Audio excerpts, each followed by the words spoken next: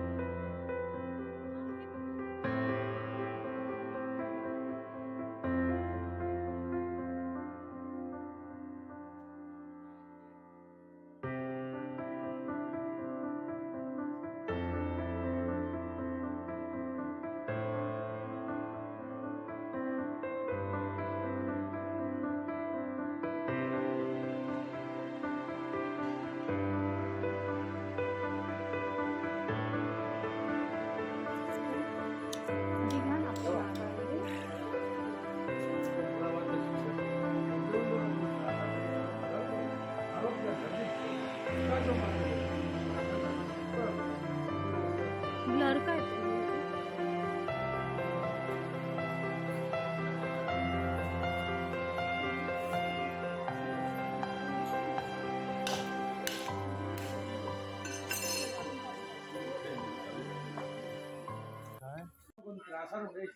करून आज लेकरून सुखवस्ती मुंबई या ठिकाणी त्या ठिकाणी आत्मा उद्योन करून मुलांचे शिक्षण उद्योन करून त्रासावर देशभाव पुरार करून आरोग्य झडतीत ठेवून सुखाचा मार्ग देऊन राखण राखून सुख राखून उद्योग उंदास राखून शिवाय.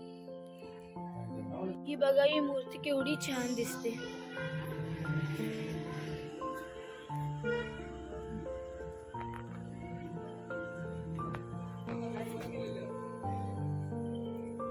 हे मंदिराचा गाभारा.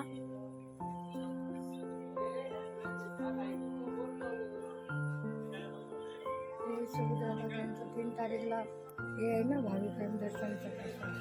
काय गुरुवारी रे 3 फेब्रुवारी.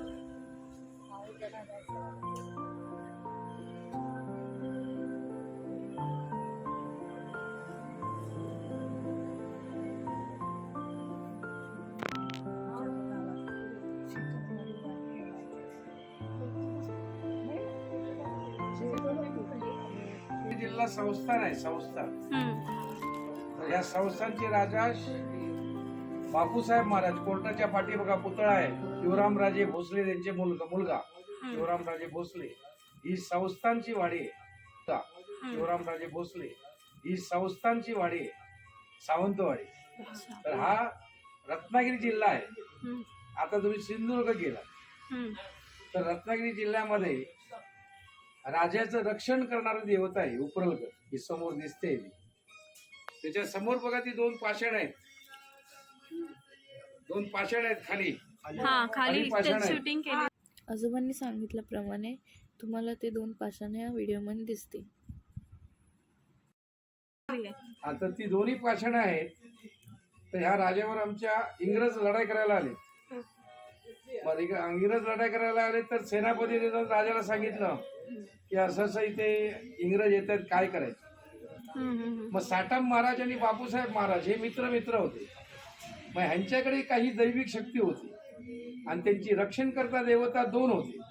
पाटेकर राजवाड्यामध्ये आहे आणि उपरलकर ही मशानभूमी आहे. मशानभूमीमध्ये हे उपरलकर देवस्थान आहे. ही समोर दिसते ही मशानभूमी. आणि तिकडे एक तो बघा वर तिकडे दिवा पेटतोय. वर सरळ पुढे आहे. दिसला दिसला. सरळ पुढे देवस्थान आहे बघा. हा हा ते 300 फुटावर देवस्थान आहे. अच्छा. तर ज्यावेळी ह्या राजांवर इंग्रज आले लढाई करायला, त्यावेळी बापूसाहेब महाराज आमचे राजे पाटेकरच्या पूजेला बसले होते. तिथे दळवी म्हणून होते, दळवी सेनापती. त्यांच्यानी जाऊन सांगितलंय, बापू आज तिथे इंग्रज येत आहेत, काय करायचं? यांच्याकडे અત્યારે काय नाही होत, लढाऊ वस्तू काय नाही होत. मग त्यांना श्रीफळ दिला हातीत. आता जिथे तुम्ही नारळ ठेवलात त्या दोन्ही पाषाणातून गांजील मासे उठले. गांजील माशाने तिथे आक्रमण केलं त्यांच्यावर. काही इंग्रज पळाले, काही तिथल्या तिथे बेशुद्ध पडले. इंग्रजांनी आक्रमण केलं, लढाऊ वस्तू तिथेच टाकल्या आणि ते पळून गेले. पळून गेल्यानंतर जे गांजील मासे आक्रमण करून परत आले, ते दिसतो तो दिवा तिथे त्या झाडावर बसल्याने 365 गावाचं रक्षण करतो. तर 365 गाव म्हणजे रत्नागिरी जिल्हा. मग 365 गावामध्ये याचं स्थान आहे. आता उदाहरण घेतला, ओढावडा म्हणून गाव आहे, तिथे उपरलकर म्हटलं जातं. तिथे कुणकेरी आहे, तिथे उपरलकर म्हणतात.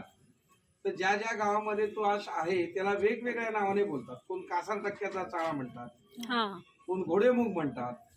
तर हे जे देवस्थान आहे हे रत्नागिरी जिल्ह्याचा अधिपती आहे. हा मशानभूमीमध्ये आहे. ह्या देवस्थानाकडे काही लोकांना मुलं होत नसतील, काही प्रॉब्लेम असतील, लग्न कार्य होत नसतील, तर रविवार बुधवार ह्या आहे देवस्थान येऊन याला साकडं घालतात. जे काय असतील ते काही प्रॉब्लेम असतील, कुठल्या अडचणीत असेल तर तो प्रत्येक माणूस ह्याच्यातून हाक मारल्यानंतर बाहेर पडतो. मग त्याला नवस बोलला जातो. नारळ, कोंबडा, बकरा देतात, दारू देतात, सिगारेट देतात, विडी देतात, चरस गांजा देतात. या देवाला काय देत नाही असं नाही. सकाळच्या पारी जर आता दुकान उघडली की भजी, नाश्ता, चहा, ह्या देवाला काय देत नाही असं नाही. प्रत्येक आपल्या आपल्या परीने या देवाची सेवा करत असतो. तर हे उपरलकर देवस्थान हे रत्नागिरी जिल्ह्याचा अधिपती म्हणून ओळखला जातो. आणि हे जागृत देवस्थान मशानभूमीमध्ये आहे. माझे 2 गोष्टी सांगू. Thank you so much. जसं आजोबांनी सांगितलेलं 300 फुटावर दिवा पेटलेला आहे. थोडाफार या व्हिडिओमध्ये दिसतोय, तुम्हाला दिसतोय का? हा बघ. अशा प्रकारे हा कोल्हारचा प्रवास संपलेला आहे आणि ब्लॉग पण. व्हिडिओ आवडला असेल तर लाईक करा, चॅनलला सबस्क्राईब करा आणि बेल आयकॉन वाजवायला विसरू नका. बाय. असेच नवनवीन व्हिडिओ घेऊन आम्ही तुमच्या भेटीला येणार आहोत. तोपर्यंत टेक केअर.